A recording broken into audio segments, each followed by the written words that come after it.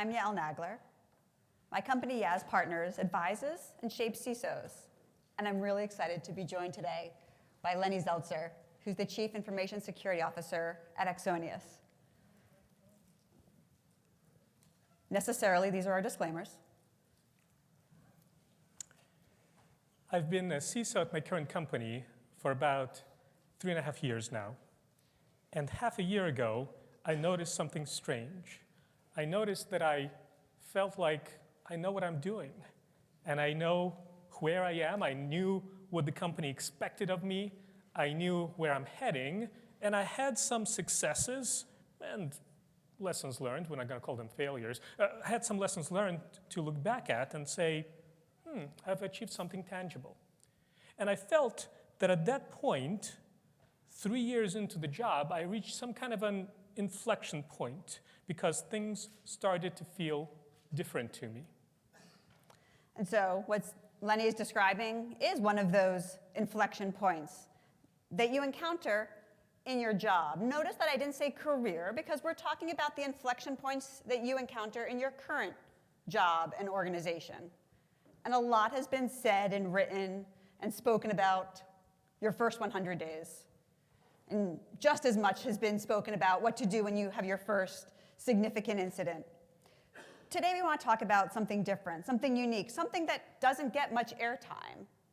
And that's what to do when you've been there for 3 years. Whether it's 2 years or 3 years, you're at this new point. In some ways, it feels more comfortable. You know your way around. You're familiar with the cadence of the company. You understand your trajectory. And you know what's expected. You feel comfortable. You feel grounded. This is what we'll call the 3-year flex. Our goal here is to help you recognize when you as a security leader have reached that point where you're starting to develop, shall we say, your superpowers. Because there are some powerful decisions that you can make at that point. You can decide whether to stay or go. You can decide whether, if you're going to be staying, you should lean into your role or pull back a little bit. And so our goal here is to talk to security leaders. Some of you are CISOs or have similar responsibilities. Some of you maybe are leading a security team. And some of you maybe are individual contributors, but see yourselves as leading a particular function within your organization. I believe this idea that 3 years into your role, you reach a specific powerful inflection point applies. And so we're here to empower you to make the right decisions. We're going to share with you some of our observations and ideas to guide you through how you make those decisions. So first we have to recognize that we're at this point, because you might be 3 years in and you might not be at the 3-year flex, and that's okay. There's still a little bit more time for you. Oftentimes you're feeling like antsy in some way. What should I be doing now? I probably need to leave. This might be a sign that you're at the 3-year flex. You also know that you're at the 3-year flex because you've done a few things, right? You've perhaps built the program. You've defined the program. You've in some ways addressed all of the low-hanging fruit, or many of the low-hanging fruit. Your fingerprints are on this program. You feel connected to it. You've probably found your boundaries as well. You've probably stepped on some toes. Hopefully you haven't crushed any souls along the way. But you've built a reputation. And hopefully that also means that you've earned trust. After all, you're still here, and you're now having these thoughts. Now, a few positions before my current one, I once again found myself with a strange feeling of wondering, asking myself questions that I haven't asked before. I started to ask myself, am I too comfortable in my current role? Can I make a difference if I stay at this organization? What am I supposed to do next? What does the organization expect from me? Am I going to really spend my time wisely if I stand here? That's another sign that you're at this 3-year flex, because you have to make some decisions. And so there's lots of statistics about the tenure of a security leader. And we can argue them. We could also talk about burnout. The fact is, this is when we start to think that it's time to leave. And that might be right. Our goal today is not to talk about that opportunity. Our goal today is to focus on an opportunity that exists for you because you've chosen to stay. But we first have to naturally address those times when you should leave. And it's important to recognize that it's time to leave.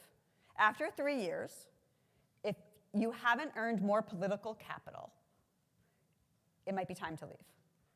If after 3 years, you don't feel as effective as you were when you started, or as you want to be now, that might be a sign it's time to leave.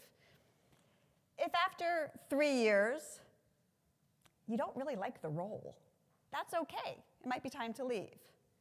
If after 3 years, you long for what you used to do, I wish I could get back to, that might be a sign it's time to leave.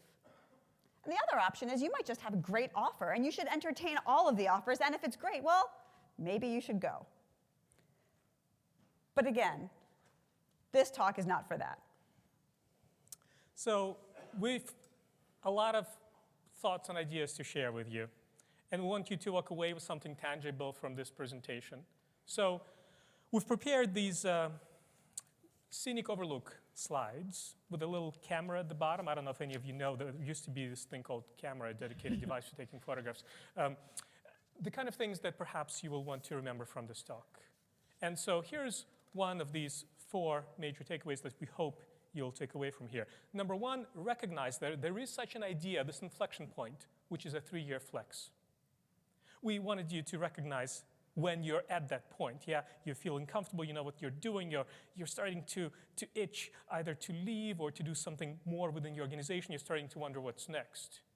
And sometimes you should leave. If you don't like whom you've become in this role, if you don't like the position, if something better comes along, of course, you should leave. But if you will remember one takeaway from this whole presentation, and we'll remind you later on, and you'll see it for yourself soon, it is that you can leave, and many CISOs choose to do so at this inflection point. But there's something special about choosing to stay. There's something special about the kind of power that you can harness that will be hard to acquire in a brand new organization. And that's what we'll explore with you in the upcoming slides. Now, before you can decide whether to leave, or if you have chosen to stay, you need to decide how you're going to spend your next year, 2, 3 at the current organization, where you're going to stay. It's important to understand what kind of a CISO are you. And there's different ways of categorizing security leaders. The approach that works for us is to think about security leaders as being either builders, fixers, or operators at scale. Now, a builder is the kind of person who loves coming into a brand new organization, maybe a startup, and builds a security program from scratch. You ideate, you think about what controls to start with, how to create a security program when there was nothing before you joined. That appeals to a lot of CISOs. I can tell you, I joined my current company when it was still a tiny organization. There wasn't a security program to speak of, and that is what attracted to my role. And at the time when I started my role, I saw myself as a builder. Now, another type of a CISO is a fixer. And this is a special category of people because they love coming into messy situations, dysfunctional situations. The more dysfunctional, the better. I've never quite been that kind of a person, but I got a feeling for what that's like when I used to do incident response. And I would come into an organization that's highly chaotic because of the stress levels that happen when a breach occurs. Now, you know, if you're that kind of person, you get a lot of energy out of the opportunity to clean up perhaps your predecessor's mess and get the program moving in the right direction. And then there are security leaders who like operating at scale. They like coming into an environment that's mostly working, and they see opportunities for significant improvements in terms of, let's say, the efficiency of security operations. They love the idea of iterating through a variety of improvements in an otherwise stable, structured program. So I expect that if you are a security leader coming into, let's say, an investment bank, then probably there is already a mature program that perhaps has many opportunities to improve in various ways, so you might be a scale operator. Now, what I want to point out here is that you, as you're making a decision at this inflection point, should not assume that today you are the kind of person that you were 3 years ago when you started your role. Yeah, we all change, we all grow professionally. I can tell you that 3.5 years ago, I saw myself as a builder, but nowadays I kind of like operating in an environment that already has some foundation and looking for ways to improve it. So my point is, recognize who you are, whom you have become over the last 3 years, because now you will be able to think, what attracts me? How should I do next? And that should be a decision that you make with the full realization of who you are and how you want to spend your time. But you're at this flex point, and you can't just look at technically what you've done and who you've become. The fact is you're having these questions. So you should check in on how you're feeling as well. Be honest with yourself. Are you at this inflection point now? And it's because you need to slow it down. Things at home have changed. Your kids, your partner, your house, your neighborhood, family. Things have changed, and you need to adjust to meet those requirements. Maybe you've arrived here, and it has been exhausting, and you want to go study again and learn something new and figure out a new way or a new environment or a new challenge. Maybe you're looking around and you have a lot to teach. You've had this great experience, and you're feeling like you want to contribute back in some way, whether that's in the community or that's amongst our peers. Maybe it's even on stage with us next year. But you realize that you want to build more of a focus on giving back. Maybe no one knows who you are, and you realize that you want to build your brand. You see others doing it, and you think, I need to have a brand. What kind of impact am I going to have? And you want to focus on that. Maybe you want to do more at your company. Maybe you've gotten the taste of leadership, and it feels really good, and you think that you can have a larger, broader impact at your company. These are exciting feelings. Maybe you just want something new or different. But recognizing how you're feeling in this point helps inform how you'll explore your options moving forward. So you need to understand whom you've become, you need to understand what interests you, you need to understand how you feel right now and how you want to feel a year, 2, 3 years from now. And so perhaps at this point in your journey, you have decided you should stay. You see an opportunity to do something good at your current organization. So now I've got 3 options. If you're staying, you can keep at it. Do what you're doing. Apply the same amount of energy, because that will take you along the trajectory that makes sense for you and for the organization. Or you can slow it down. Perhaps you've introduced too much change over the last 3 years, and the organization needs a bit of time to catch up to you. Change fatigue is real among colleagues that collaborate with you. Maybe you need to pull back a little bit, slow down.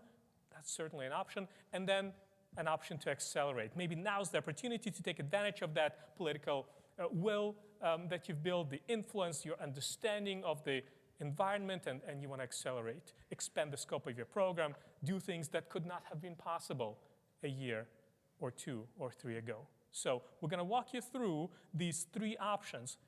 Keep at it. What does that mean, and why and how? Slow it down or accelerate. And for you to decide which of these options is the right one for you, once again, you need to spend a bit of time reflecting. And we keep bringing up this point of reflecting and gaining situational awareness, because I believe we're not the only ones who are looking ahead and are going in that direction, right? We all want to excel. We all kind of think we know which way we're going. And sometimes it's hard to find the time to pause and reflect and decide, where am I right now? What do I want to do next? Where will my time and energy be spent in its optimal point? So we'll think about reflecting on what? Well, perhaps you will reflect on the state of your security program right now and the company within which it operates. So, is your company viewing your security program as a success? Probably, at least to some extent. Otherwise, I bet you are going to leave and not stick around. But which aspects of your program are particularly successful, and where does the organization see the opportunity for improvement? You can think about this from 3 perspectives: impact, partnerships, and influence. Impact is how you have affected the organization, where you made the most impact. Because those areas you can point at and say, this is where I've succeeded. I can harness that success and work on other areas. You've now got goodwill and trust of the organization. Partnerships is about your colleagues with whom you collaborate. As security leaders, we don't control most departments' budgets. And most people in the organizations sadly do not report to us. So theoretically, they don't need to do what we tell them to do. So instead, we build partnerships. We influence through collaboration. You build relationships with your peers. How's that going? Who are your detractors? Who are your supporters? How many of them do you have? All of these answers to these questions will inform you how to proceed and whether you're going to decide to keep at it, slow down, or accelerate. And finally, the influence that you yield. Do people pay attention when you speak in the room? Which people?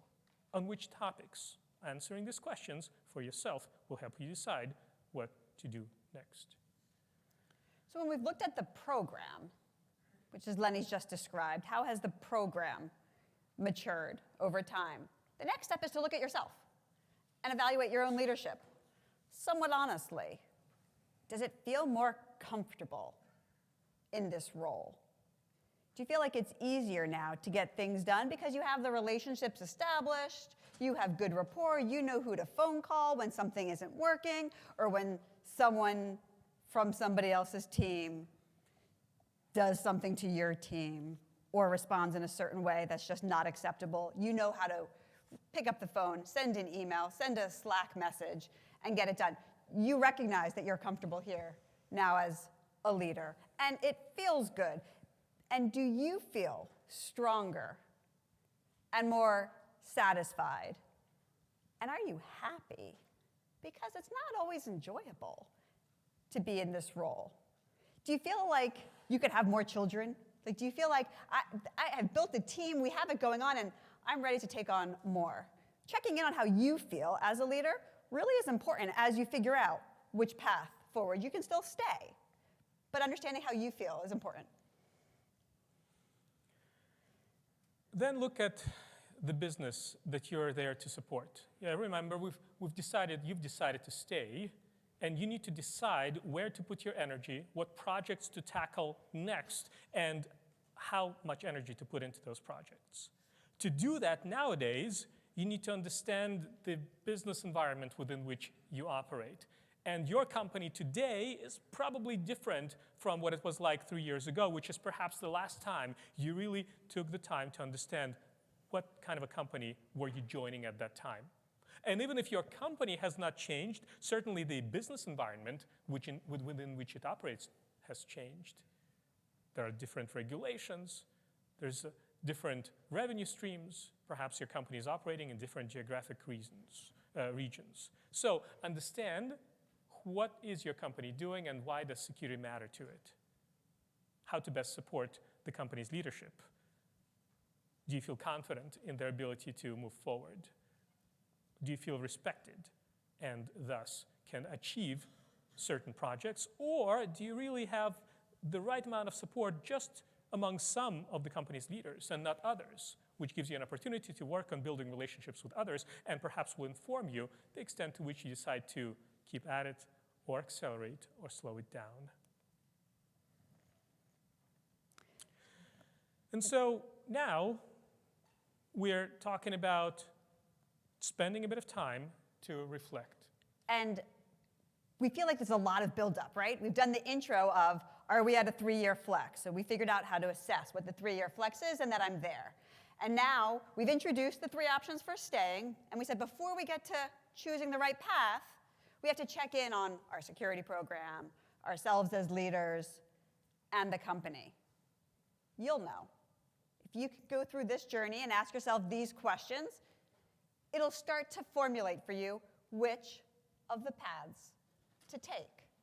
We can't answer that for you, of course, but once you have that in your head, we'll spend the rest of this time talking about each of them, because believe it or not, we actually think all 3 are great outcomes. You're unlocking an opportunity that didn't exist if you hadn't already been there for 3 years. So take advantage of it. But do it after you've spent some time intentionally reflecting. So we're just sharing with you the framework of the questions that you should be asking ourselves. I wish we could just give you the answers, but we don't know. We don't know you, at least most of you, and we don't know the organization where you work. But the idea at this point in this journey of self-discovery is to understand why you're staying, to understand the context within which you'll be operating over the next 1, 2, 3, or more years. And let's say that now, based on this self-reflection, you've decided to keep at it. What does it mean to keep at it? It means that you've decided that the amount of energy you're putting into the security program so far is exactly the amount of energy you should be putting as you move forward within this organization.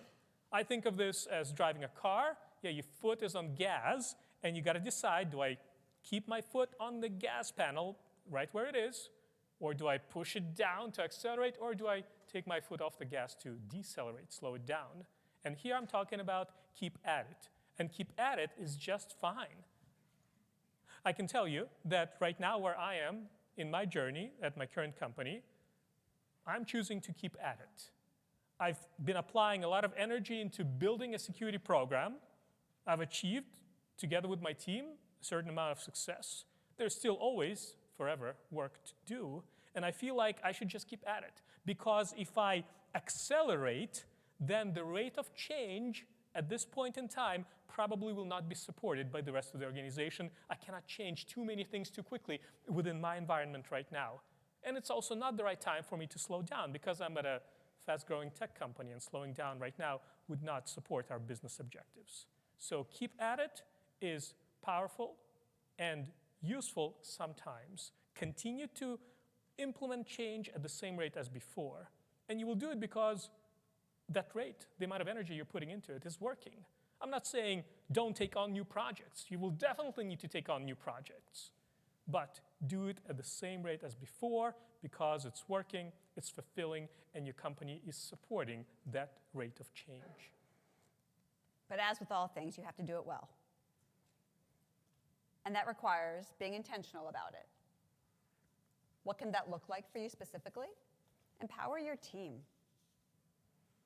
Give them permission to try new things. Maybe increase the cross-functional collaboration. Increasing your team's exposure. Giving them an opportunity to continue to study, to learn, to share that knowledge. But we need to be on the lookout, of course, for a few things. Like, it's great and it's comfortable to keep moving because it's the right decision, but you need to be mindful of 3 things. The first is complicity. What if it just gets too comfortable? You just keep moving. When do you arrive? What about atrophy? If I don't keep changing or refining, I could lose that freshness. And importantly, we could stagnate. Once we found our cadence,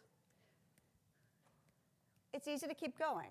You fill that space and your time and your energy with something else, and that's fine. But know that that's what's happening, and be intentional about it. So that's one option.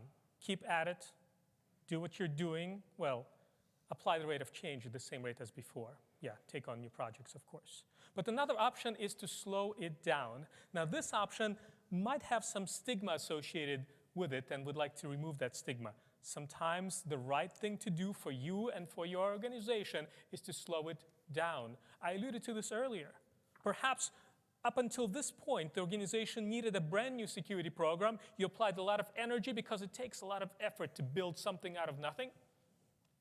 But maybe introducing more changes at the same rate would be counterproductive.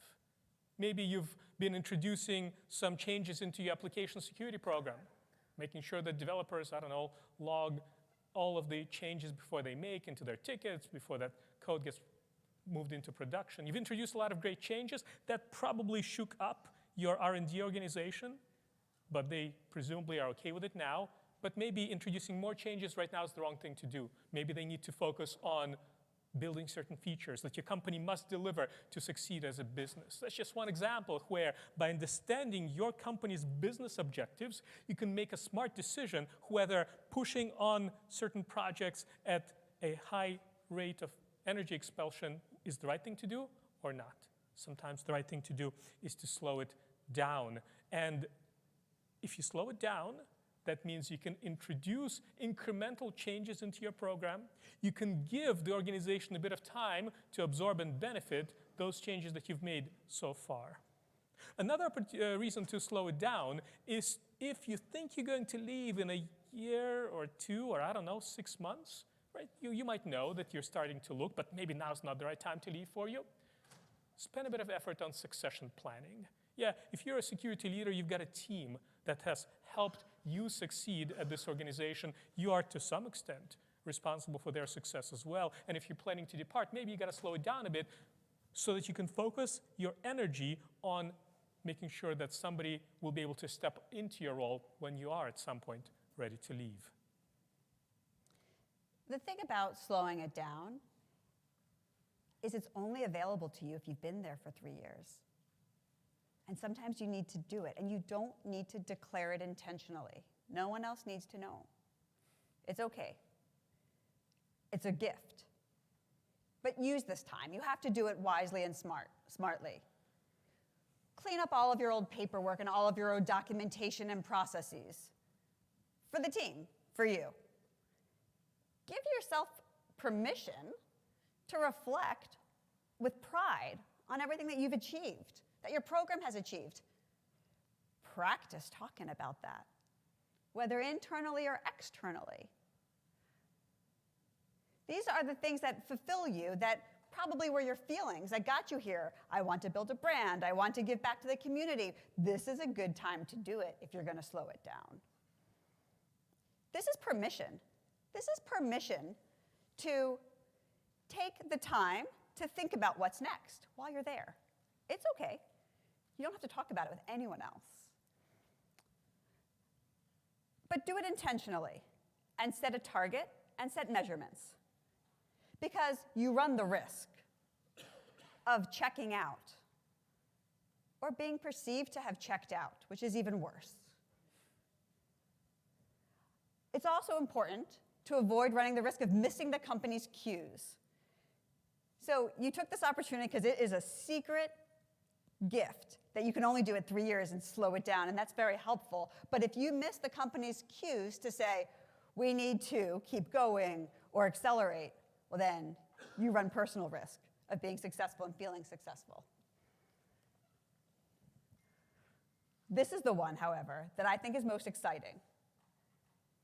It's scary, though, because to accelerate means to do something you haven't done yet or before. These should be the things that are in the I would have, or we could have, or we should. Now you can do them. You felt them perhaps in the beginning, but now you experience them here. This is where that opportunity exists that didn't exist before. This is where you have to challenge yourself to take on bigger risks. And that's scary. But if you have felt ready to take on more leadership responsibility, now's the time. I've hit the 3-year inflection point. I have chosen to stay, and I have chosen to stay because I believe in this company. This is the place where I want to be, and I can deliver more impact. Oh, that's interesting. The CTO just announced their departure. Maybe I'd like to take on the CTO's organization because I can, because I want to, because that's the challenge and the opportunity that I want to pursue. Am I supposed to keep going here? Okay, great. I'm just going to keep going. Do this because you already have momentum. You already have trust. You can't do this without it. Go deeper. Have your program go deeper. Maybe you've automated and you've reduced all of the alerting, and now we can go hunting. Maybe you and your team can deliver back to the community. Open source your playbooks. Engage with the community. Encourage your team to go give talks. Talk about those moments of pride that we have felt in this function and in this team. But here it is. Take on more complex projects, greater risk projects. You have the trust. Your team is hungry for it, and you can provide air cover. You can provide the air cover, not the new person who's going to come in. Your team is established, and they have the potential. Take on more. So you're accelerating. You thought that was the wise thing to do. Hopefully you're right about it. Because with acceleration, there is the danger, which is, well, we all know, sometimes we're driving a car, we hit that accelerator pedal, you keep it down, and you're accelerating, and you're accelerating, and you're accelerating, and then hopefully you decelerate before there's an accident, before you start going too fast. In the case of accelerating, when you manage and lead your security program, the danger is that of a burnout. You're accelerating, and maybe it's okay for you to operate in that mode, but it's not sustainable.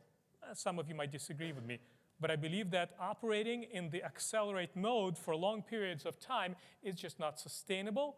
Either you're going to burn out, or you're going to burn out your teams. Because remember, you as a security leader are there supported by the teams that you lead. So watch out for accelerate. Perhaps you can decide for yourself in advance how long you're going to do it before you reassess if this is still the right way in which you should be operating. I don't know, maybe half a year or a year from now. Or maybe if you don't know about this in advance in terms of the time period, maybe instead you think about what metrics you will look at to decide that it's time for you to stop accelerating and shifting into one of the other two ways of operating, which is to slow it down or to keep at it. So set a target and watch out for the dangers of burning out. So at this point, we've talked about the several ways in which you can decide to operate if you decide to stay at the organization. Yeah, you can either keep at it, you can slow it down, you can accelerate it. Keep at it is good. Keep at it means you've been operating with a high amount of energy, and that's the amount of energy that you should continue to apply, but you're making a conscious decision to operate that way rather than just proceeding that way out of inertia. And when you decide to keep at it, it doesn't mean you're not picking new projects. You've done some self-reflection. You've decided where you can put your energy, and now, even in the mode of keep at it, you can pick projects that you could not have succeeded with in the early days of your tenure at the organization. I remember one of the first projects that I implemented with my team when we were just starting out was single sign-on. Yeah, we all look for these easy wins, and single sign-on for us was one of these easy wins. It allowed us to get buy-in from the employees because we simplified their world, fewer passwords for them to remember, and we strengthened security. 3 years into the role, well, those low-hanging fruit projects are gone, but I'm still choosing to keep at it, but I'm tackling new projects. In our case, that includes, for example, better identity governance and administration. Couldn't have tackled that earlier. I can do it now because I've decided to stay, and I've decided where I should put my energy as a security leader. Slow it down, sometimes it's the right thing to do. Only available to you if you're 3 years into the role, because you now have the wisdom of choosing to operate perhaps temporarily in a way that decelerates the rate of change, gives the rest of the organization an opportunity to catch up to you, allows perhaps you and your team to recharge, and sometimes, yes, gives you the opportunity to invest into yourself, because you do need to take care of yourself if you're going to provide value to your organization. And then you might choose to accelerate. Now, this one sometimes feels like the most exciting option. And it is the most exciting option if you love the excitement of, I don't know, jumping from a cliff, hopefully into a water pool that's not too far away. You get an adrenaline rush. It's nice. It's very rewarding to operate in that mode. Also, this mode is only available to you at this inflection point, 3 years into the organization. If you joined a brand new organization and you decided to operate with this level of output, you probably would set yourself up for failure, but we're thinking about setting ourselves up for success. So keep at it, slow down, or accelerate. Which one is right for you? Well, you get to decide. So here's the thing. The market has changed. You're in this room because you think you might be at the 3-year flex, or you're planning for it. Maybe you're a year past it. You just aren't sure how to find that energy and what you're supposed to be doing next. Cybersecurity is here to stay. It's been proven. All the board reporting, all of the requirements and regulations, your role isn't going to go away. But this role isn't going to keep bouncing around either. As it becomes an executive role within a corporation, it will begin to operate increasingly like an executive within that organization. Because you're either a builder or a fixer or a scale operator. You have a home here no matter which path you choose, whether you slow it down, keep at it, or accelerate. But the options that you have now after 3 years are only available to you now after you've been there for 3 years. And when you bounce around, well, you miss out on that. And so we've spent this conversation providing you a framework for how to think about where you are and what your choices are, and hopefully to change the statistics, because the statistics benefit those who publish them, mostly the recruiters, right? The statistics aren't true, and they're just numbers, as we all know. This is an opportunity to transition to business executive, to leader, to build your roots, to grow your roots within the organization. And it gives you permission that you didn't have when you first arrived and that you're not going to have when you go to the next job. Because at that next role, you still have to wait 3 years. So as you approach this, start with reflection, because it is intentional. You have to be situationally aware. You have to be aware of yourself, of your experience, of your success, of your energy, what you're looking to do, as well as your program, your leadership, and your organization. And then, as you embark forward, use that permission to be deliberate and set your next goal. Now, we've provided you with some ideas for self-reflection, and it's hard to reflect right here as you're watching this talk. You really need some peace and quiet and focused attention on yourself and on the journey so far, as well as thinking about what awaits you ahead. So we wanted to share with you a couple of takeaways, which are written frameworks. Well, one of them is a framework document that goes into greater depth than what was possible for us to deliver in a presentation format. You're welcome to download it. Another one is a mind map, which is a detailed outline of this talk in case you want to think about what we presented to you and how that presentation made you feel. And this is about the time when we say that we've wrapped up this talk. You're welcome to download and share these materials. Now, we're not big fans of Q&A sessions in large rooms, but we have time. But we'll do it. We'll do it, Lenny. We'll do it. To answer some of your questions, if anybody is brave enough to come up to the microphone and ask them. Any questions and comments about this?